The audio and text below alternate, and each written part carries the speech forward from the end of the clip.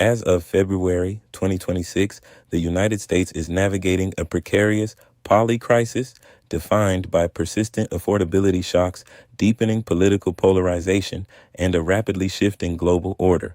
While headline GDP growth remains positive, forecasted at roughly 2.2% for the year, the underlying economic reality for the bottom 60% of American households is one of acute distress. The soft landing narrative of 2024-2025 has given way to a jagged K-shaped divergence where asset holders profit from record stock valuations, while wage earners are crushed by the cumulative weight of inflation, debt, and structural supply shortages. While headline inflation has cooled to approximately 2.7%, prices for essentials, food, housing, and utilities remain permanently elevated. The cost of living has not normalized, it has reset at a higher punishing baseline. Food prices are seeing a structural reset due to climate stress and supply chain reconfiguration, while utility bills in some regions have surged over 30% since 2020. Mortgage rates hover in the low 6% range, keeping inventory historically tight. Home ownership is increasingly out of reach for first-time buyers, cementing a rentership class that faces rising rents driven by corporate consolidation of housing stock. Household debt has breached a record $18.8 trillion. Delinquency rates for credit cards and auto loans have spiked to their highest levels in a decade, over 7% for serious credit card delinquencies. The American consumer is tapped out, relying on revolving credit to finance basic necessities. The job market has settled into a low-hire, low-fire equilibrium. While mass layoffs are not widespread, hiring rates have collapsed, trapping workers in their current roles and stifling wage mobility. The cost of living crisis has become the singular gravitational force in U.S. politics ahead of the 2026 midterms. The Trump administration faces a backlash as the economic boom promised via deregulation and tariffs has failed to materialize in lower prices for the working class. Approval ratings have dipped below 40% in some polls, driven by frustration over the tariff tax and cuts to federal benefits. Democrats are pivoting aggressively to an affordability-first platform, targeting housing costs, healthcare subsidies, and greedflation. However, they face their own skepticism from voters who remember the inflationary surge under the previous administration. Early 2026 has seen the emergence of coordinated protest movements, such as the Hands Off and No Kings demonstrations. These are not just standard political rallies, but economic survival movements, including calls for general strikes and economic blackouts in response to austerity measures and immigration enforcement. The U.S. is entrenched in a multi-front trade war. The EU and China are deploying targeted retaliatory tariffs. China is weaponizing its dominance in rare earth minerals and redirecting exports to Europe, while the EU has prepared a loaded gun of tariffs to counter U.S. protectionism. The BRICS bloc, now BRICS Plus, is accelerating efforts to bypass the U.S. dollar. Initiatives like BRICS Pay and discussions of a gold-backed settlement unit are moving from theoretical to operational, driven by the desire to inoculate their economies against U.S. sanctions. A wave of mega deals in the food and tech sectors, Mars, Kellanova, is reshaping the economy. This consolidation is fueling techno-feudalism, where power and rent extraction capabilities are concentrated in a handful of corporate giants, further eroding competitive capitalism. My analysis. The data from early 2026 confirms that the soft landing was a statistical mirage, a comfort blanket for the Davos class while the American working class was being suffocated. We are not witnessing a cycle. We are witnessing a structural fracture. The low-hire, low-fire labor market is not a sign of stability. It is a sign of sclerosis. Corporate America has ceased to be the engine of dynamism and has become a fortress of risk aversion.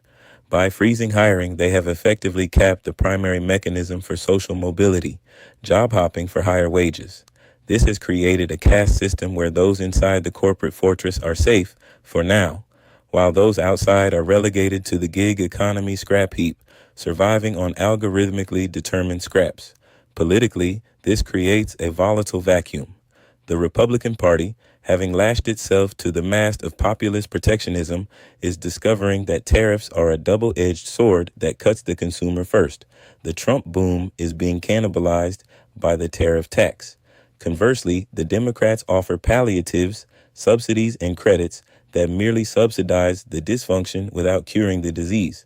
Neither party is addressing the root cause. The financialization of the American economy has divorced asset prices from human reality.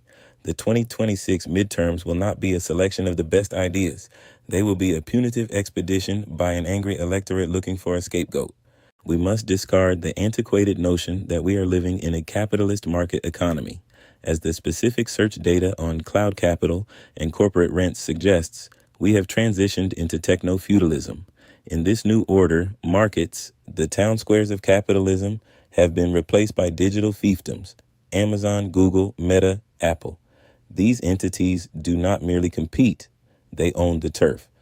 Every transaction, every digital interaction, every logistical movement pays a rent to these cloud lords. The Mars-Kellanova merger is the physical manifestation of this trend in the food supply, the consolidation of calories into the hands of a few sovereigns. The American consumer is no longer a customer with sovereignty. They are a cloud serf. You toil to pay rent for your housing, increasingly corporate-owned, rent for your digital existence, and rent for your attention. The inflation we see is not just monetary debasement, it is rent extraction. The price of food isn't high just because of wheat shortages. It's high because the supply chain is a toll road owned by 3 companies. This is the hidden driver of the cost of living crisis that no interest rate hike can fix. The U.S. strategy of weaponizing the dollar and erecting tariff walls is accelerating the very thing it sought to prevent: the birth of a parallel global financial system. The search results regarding BRICS E Plus and BRICS Pay in 2026 are not aspirational fluff. They are operational threats. By using the SWIFT system as a bludgeon, the U.S. has signaled to the global South that their sovereignty is conditional. The response, building a sanction-proof financial plumbing, is the geopolitical equivalent of a distinct immune system. In 2026, we are seeing the first viable antibodies against the petrodollar. China's pivot to redirect exports to Europe and its stranglehold on rare earths is a masterclass in asymmetric economic warfare. They are not trying to beat the U.S. Navy. They are starving the U.S. defense industrial base of the raw materials it needs to build the Navy. The U.S. is sleepwalking into a Thucydides trap of its own making, not military, but economic. We are fighting a 20th century trade war while the rest of the world is building 21st century financial architecture.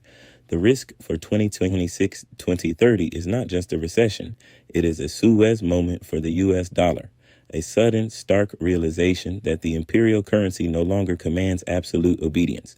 The emergence of the hands-off and no kings movements in early 2026 represents a critical evolution in American civil unrest. Unlike the ideological battles of 2020, these are materialist uprisings. When people protest because they cannot afford eggs or rent, the social contract has ruptured. The K-shaped recovery has created 2 nations living in the same border but different realities. The top 20% live in an AI-fueled boom, insulated by asset inflation. The bottom 80% live in a pre-depression struggle, borrowing at 25% APR to buy groceries. This inequality is not just unfair, it is explosive. The day of truth and freedom and general strike calls in Minnesota are warning shots. If the political class continues to offer culture war distractions instead of material relief, we will see the Latin Americanization of U.S. politics, permanent instability, cycles of populist rage, and the normalization of street politics as the only effective lobbying arm of the working class. Based on the momentum of early 2026, I offer the following trajectories. 1. The Great Default 2027 to 2028. The $18.8 trillion consumer debt bubble is mathematically unsustainable. We will see a wave of strategic defaults, not by banks, but by households.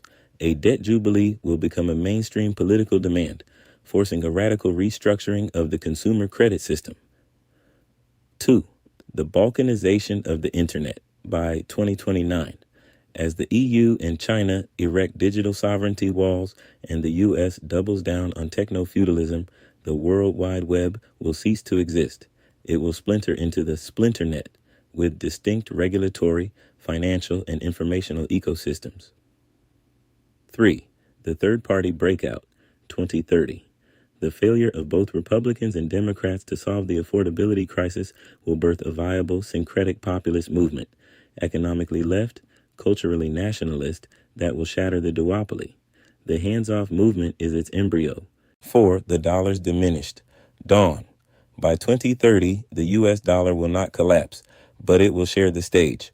We will live in a multipolar currency world where energy is traded in yuan, gold, digital baskets.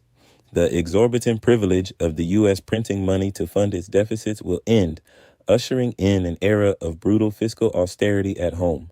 The crisis of 2026 is not a weather event to be weathered. It is a climate change event to be survived. The old world is dying, and the new one is struggling to be born. In the interim, a great variety of morbid symptoms will appear. Don't forget to like, share, and subscribe.